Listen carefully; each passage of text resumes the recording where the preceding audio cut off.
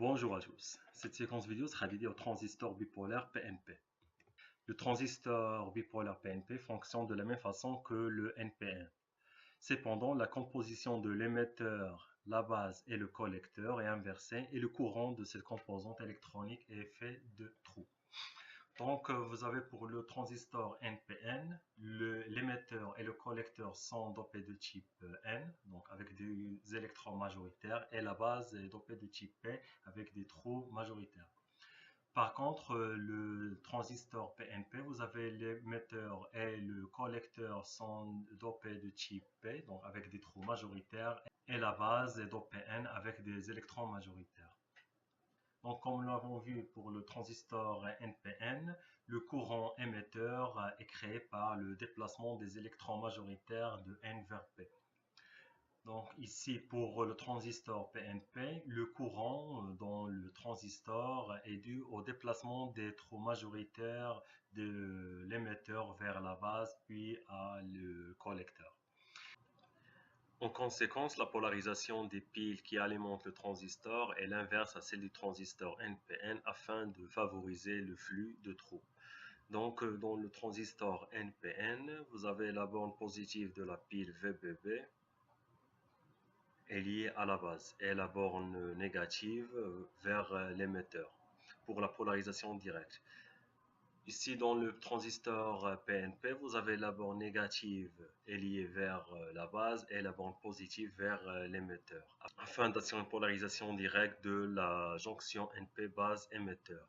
Quant à la pile VCC, la borne négative est liée vers le collecteur et la borne positive vers l'émetteur.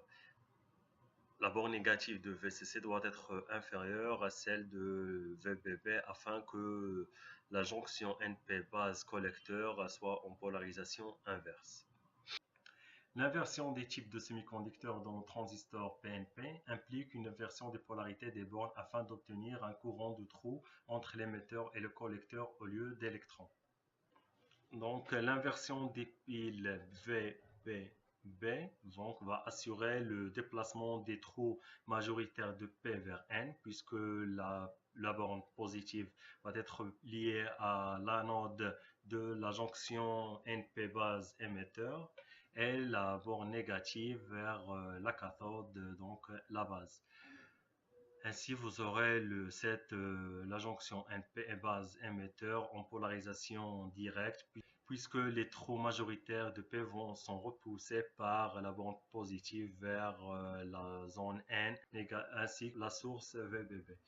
Pour la polarisation inverse de la jonction collecteur-base, vous avez la différence potentielle NP est en faveur de la base. Ainsi, vous avez donc le potentiel négatif sera lié à la zone P. Donc, les trous majoritaires de P du collecteur seront attirés par la borne négative de la pile VCC.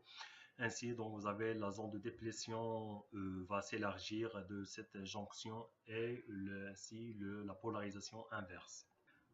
Comme pour le transistor NPN, l'émetteur et la base sont en polarisation directe. Cependant, comme le type des semi-conducteurs est inversé, ce sera le pôle positif de la pile de contrôle qui sera relié à l'émetteur. Donc, pour assurer une polarisation directe de la jonction NP base-émetteur, on branche la borne négative de la tension VBB avec la base et la borne positive vers l'émetteur dopé du type P pour la polarisation directe. Les trous majoritaires seront alors repoussés du type P vers la base où ils se recombieront avec les électrons, ce qui permettra à un nombre équivalent d'électrons de quitter la borne négative vers la base VBB. Donc, la bornée positive de la source va repousser les trous majoritaires de P vers N. Ces trous majoritaires, déplacés vers N, se recombieront avec les électrons majoritaires de la base, ce qui fera appel à des électrons de la borne négative de la source vers la base. Ainsi, le courant dans le circuit externe demeure un flux d'électrons IB, mais celui d'émetteur base est formé de trous.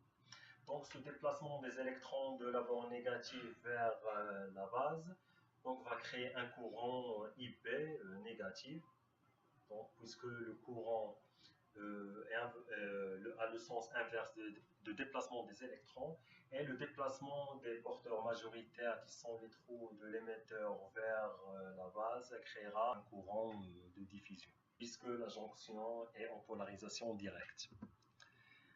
La jonction entre la base et le collecteur est en polarisation inverse. La borne négative est connectée du matériau P du type P et la base est reliée au pôle positif. Le potentiel VCC connecté au collecteur est inférieur à celui de VBP.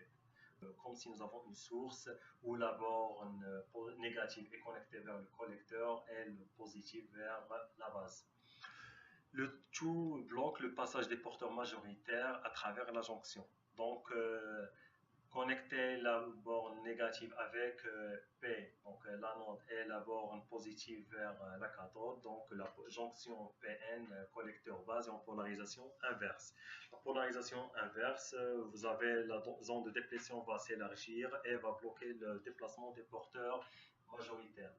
Donc, qui sont les électrons de la base vers le collecteur et les trous du collecteur vers la base. Cependant, ces tensions négatives entre le collecteur et la base constituent une polarisation directe pour les porteurs minoritaires de la base, donc les trous, puisque les dopés de type N, donc les trous sont les porteurs minoritaires, et les électrons sont les porteurs minoritaires dans la zone P du collecteur, qui se recombinent à la jonction. Donc la polarisation inverse de la jonction PN va bloquer le déplacement des porteurs majoritaires, mais les porteurs minoritaires se déplacent par l'effet tunnel. Donc je vous invite à consulter la vidéo dédiée à la polarisation inverse de la jonction PN.